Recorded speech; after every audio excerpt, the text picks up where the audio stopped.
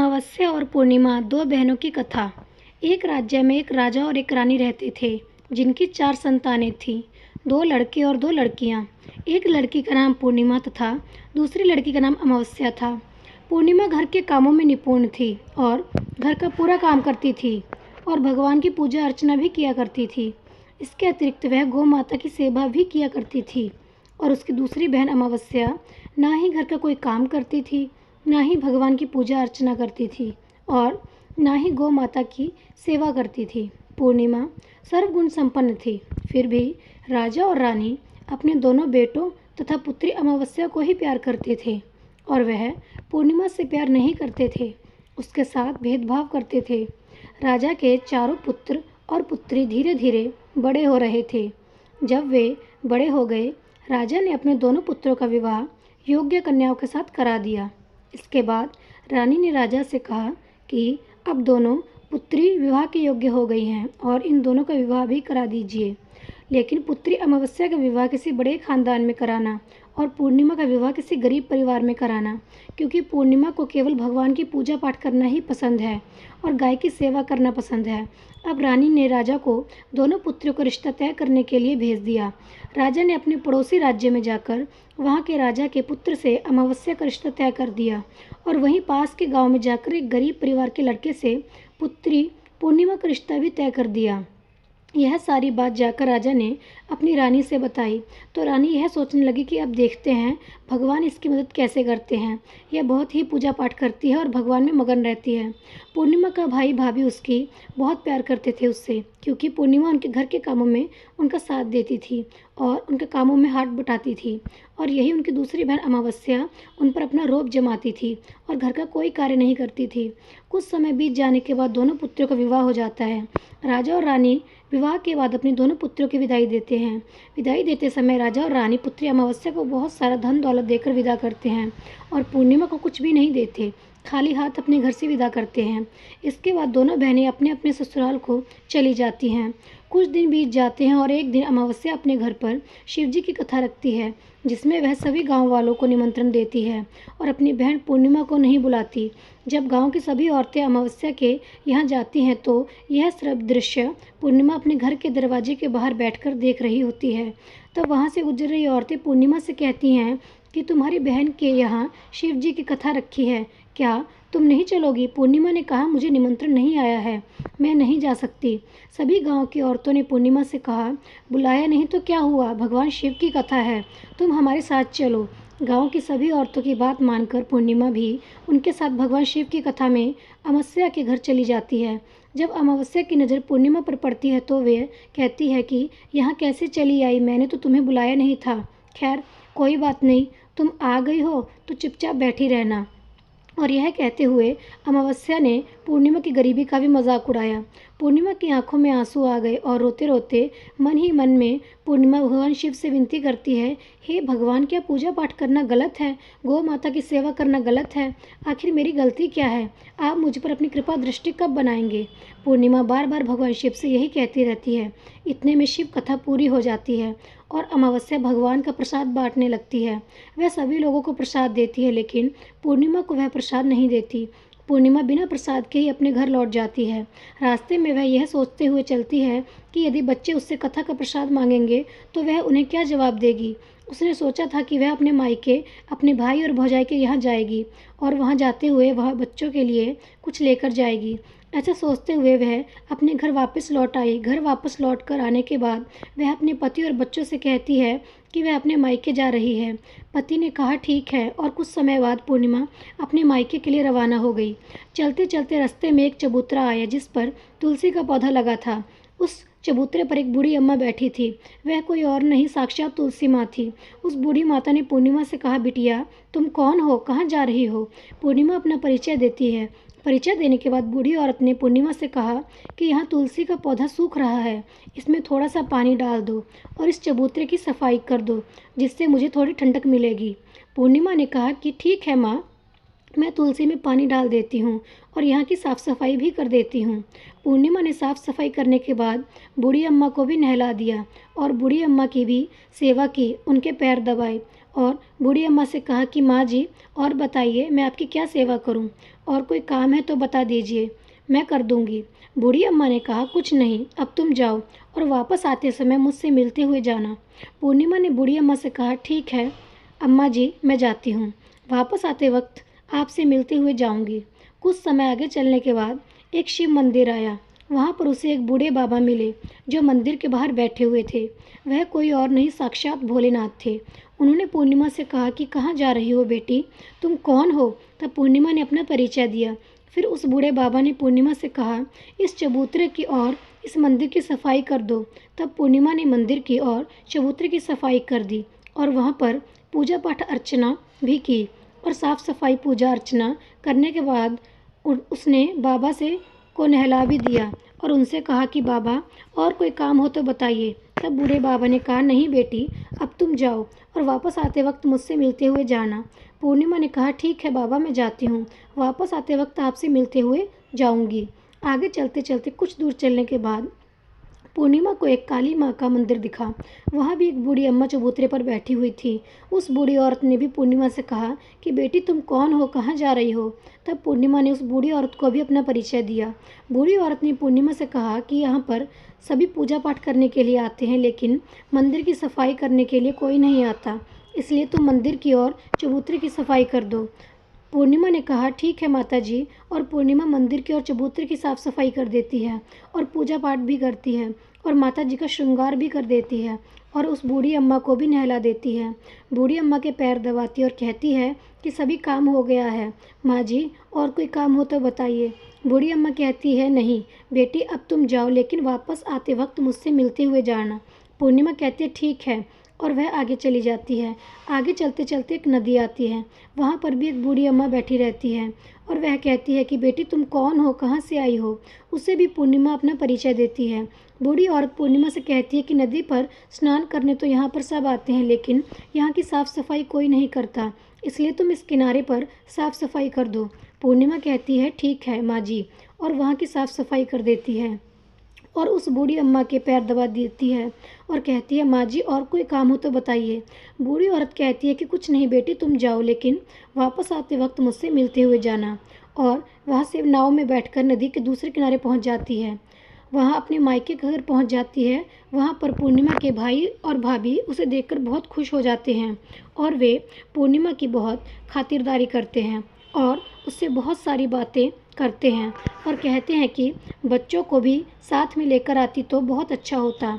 अब कुछ समय के बाद पूर्णिमा ने वापस अपने ससुराल जाने को कहा तो उसकी भाभी ने उसके लिए एक साड़ी दी और बच्चों के लिए कपड़े और खाने पीने की कुछ चीज़ें रख दी और कहा कि तुम बहुत दिनों के बाद आती हो।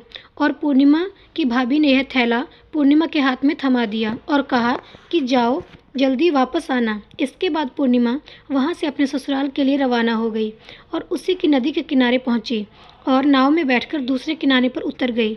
वहाँ पर उतरने के बाद वहाँ पर उसे वही बूढ़ी अम्मा मिली जो साक्षात गंगा मैया थी। उस बूढ़ी अम्मा ने पूर्णिमा को एक थैला दिया और कहा कि इसे तुम अपने घर जाकर ही खोलना। अब पूर्णिमा के पास 2 थैले हो गए थे। उन्हें लेकर पूर्णिमा वहाँ से रवाना हुई। आगे कुछ दूर चलने पर काली माँ का मंदिर आया। वहाँ पर काली माँ बूढ़ी माँ के रूप में विराजमान थी। उसने कहा, आ गई बेटी पूर्णिमा। पूर्णिमा ने कहा, हाँ माँ जी, मैं आ गई। तो काली माँ ने उसे एक थैला दिया और कहा, तुम यह थैला अपने घर जाकर खोलना। अब पूर्णिमा के पास 3 थैले हो गए थे। तीनों थैले लेकर पूर्णिमा आगे बढ़ी। कुछ दूर जाने पर शिवजी का मंदिर आया, जहाँ बूढ़े बाबा के रूप में शिवजी स्वयं विराजमान थे। बूढ़े बाबा ने कहा, पूर्णिमा तुम वापस आ गई? पूर्णिमा ने कहा, हाँ बाबा, मैं वापस आ गई। बूढ़े बाबा ने भी पूर्णिमा को एक थैला दिया और कहा कि यह थैला तुम घर जाकर ही खोलना। पूर्णिमा ने कहा, ठीक है बाबा। अब पूर्णिमा के पास 4 थैले हो गए थे।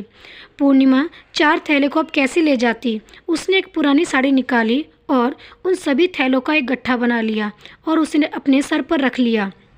सर पर रख के वह वहाँ से रवाना हो गई।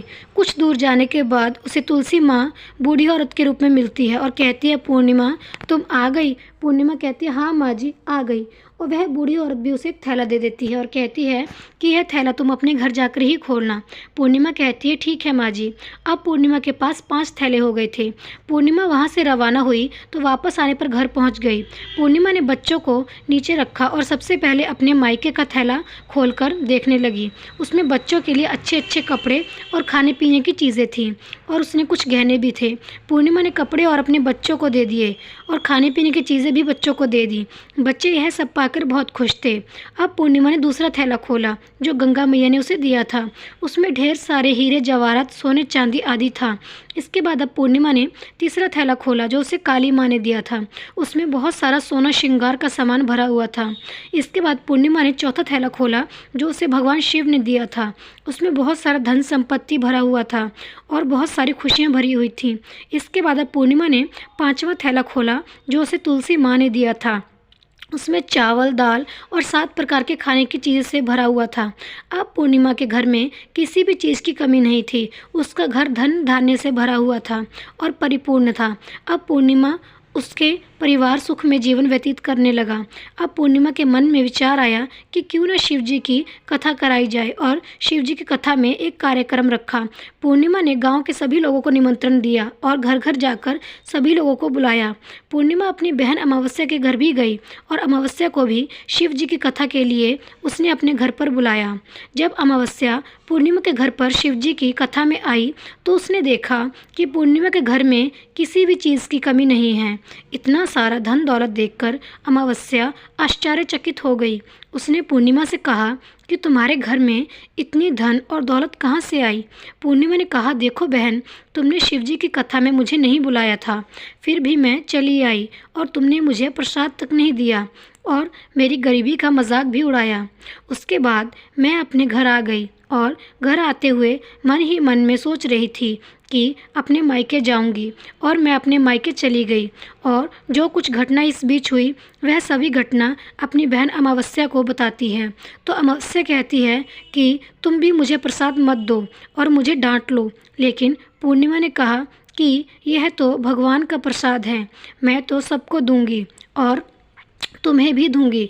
फिर भी अमावस्या ने प्रसाद नहीं लिया और वह सीधे अपने घर चली गई। घर जाकर अपने बच्चों से कहकर वह अपने मायके जाने के लिए तैयार हो गई और मायके के लिए निकल गई। उसे भी रास्ते में चलते चलते तुलसी माँ मिली जो चबूतरे पर बूढ़ी माँ के रूप में बैठी हुई थी। बूढ़ी माँ ने अमावस्या से कहा कि बेटी कौन हो तुम और कहाँ जा रही हो? अमावस्या ने अपना परिचय दिया। बूढ़ी माँ ने कहा बेटी यह तुलसी का पौधा सूख रहा है, इसमें थोड़ा सा पानी डाल दो और इस चबूतरे की सफाई कर दो। इस पर अमावस्या ने कहा बुढ़िया तुझे दिखाई नहीं दे रहा कि मैंने इतनी महंगी साड़ी पहन रखी है, यह गंदी हो जाएगी। ऐसा कहकर वह वहाँ से आगे चली गई। आगे जाने पर उसे भगवान शिव मिले जिसे भी उसने ऐसा ही कहा। इसके बाद आगे जाने पर उसे काली माँ मिली जिससे भी उसने ऐसी ही सारी बातें कहीं। आगे जाने पर उसे गंगा मैया मिली, उनसे भी उसने यही कहा। आगे चलकर इसके बाद अमावस्या जब नाव में बैठने लगी तो नाव में फूलों की जगह कांटे भरे थे जो उसके पैरों में चुभ रहे थे।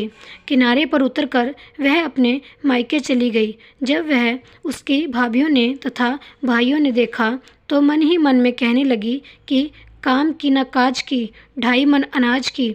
अब आ गई है तो ठीक है, पूर्णिमा तो हमारे कामों में हाथ बटाती थी, यह कोई काम करेगी तो नहीं। अब उन्होंने खाना बनाया और खा पीकर सभी सो गए। अमावस्या जब सुबह उठी और अपनी भाभियों से कहा कि मैं अपने ससुराल जा रही हूँ, उन्होंने कहा कि ठीक है जाओ। अमावस्या बोली पूर्णिमा को तो तुमने एक थैला दिया था और मुझे नहीं दोगी क्या? बूढ़ी अम्मा ने कहा तुम घर जाओ, थैले तुम्हारे घर पहुंच जाएंगे।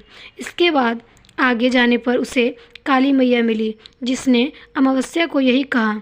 इसके बाद आगे जाने पर उसे शिव भगवान मिले जिन्होंने भी अमावस्या से यही कहा।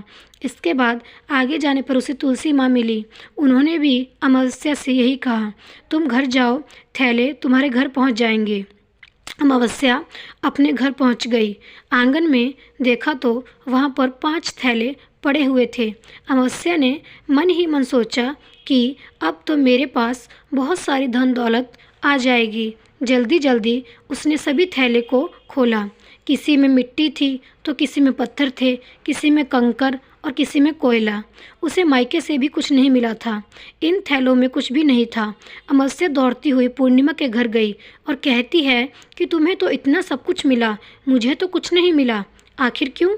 तो पूर्णिमा कहती है कि जब मैं अपने मायके जाती हूँ तो अपनी भाभियों के साथ उनके कामों में हाथ बटाती हूँ, उनके साथ मिलकर काम करती हूँ, लेकिन तुम ऐसा कुछ नहीं करती, उनकी इज्जत भी नहीं करती, इसलिए वह तुम्हें भला क्या देंगे। इसके बाद तुमने गंगा मैया को ठुकरा दिया और काली माँ को भी ठुकरा दिया, भगवान शिव को भी तुमने ठुकरा दिया, इसलिए उन्होंने भी तुम्हें कुछ नहीं दिया। अमावस्या कहती है कि बहन तुम मुझे माफ़ कर दो, मैंने तुम पर हमेशा अत्याचार किया है, मुझे कुछ नहीं मिला तो कोई बात नहीं, मैं भी भगवान शिव की भक्ति करूंगी और सब कुछ प्राप्त कर लूँगी, मुझे इन सब चीज़ों का रहस्य बताओ। तो पूर्णिमा ने कहा कि तुम 3 सूत्र का ज्ञान ले लो और उसकी कथा करना। पहले सूत्र में दया मांगना, दूसरे सूत्र में कथा मांगना और तीसरे सूत्र में 108 बार ओम नमः शिवाय का जाप करना। बहन भगवान ये सूत्र दिए हैं, इनको अपने हृदय में बसा लेना। मैंने भी ये 3 सूत्र अपने जीवन में अपनाए थे और सच्चे मन से भगवान की भक्ति पूजा पाठ की थी। फिर भगवान ने मुझे यह सब कुछ दिया और तुम्हारे पास जो कुछ था वह भी सब खत्म हो गया। इसके बाद अमावस्या अपने घर गई और भगवान की पूजा पाठ करने लगी। भगवान शिव ने उससे माफ़ी मांगी और गौ माता से भी उसने माफ़ी मांगी, उनकी मदद की। तो दोस्तों ये थी अमावस्या और पूर्णिमा 2 बहनों की कथा। इसी प्रकार हम भी अपने जीवन में भगवान की भक्ति करके सब कुछ हासिल कर सकते हैं। आज नहीं तो कल वे हमारी ज़रूर सुनते हैं। आशा करती हूँ आपको यह कथा अच्छी लगी होगी। जाने से पहले कृपया मेरे चैनल को सब्सक्राइब, लाइक और शेयर कर दें। आपका बहुत धन्यवाद होगा। मिलते हैं अगली कहानी के साथ।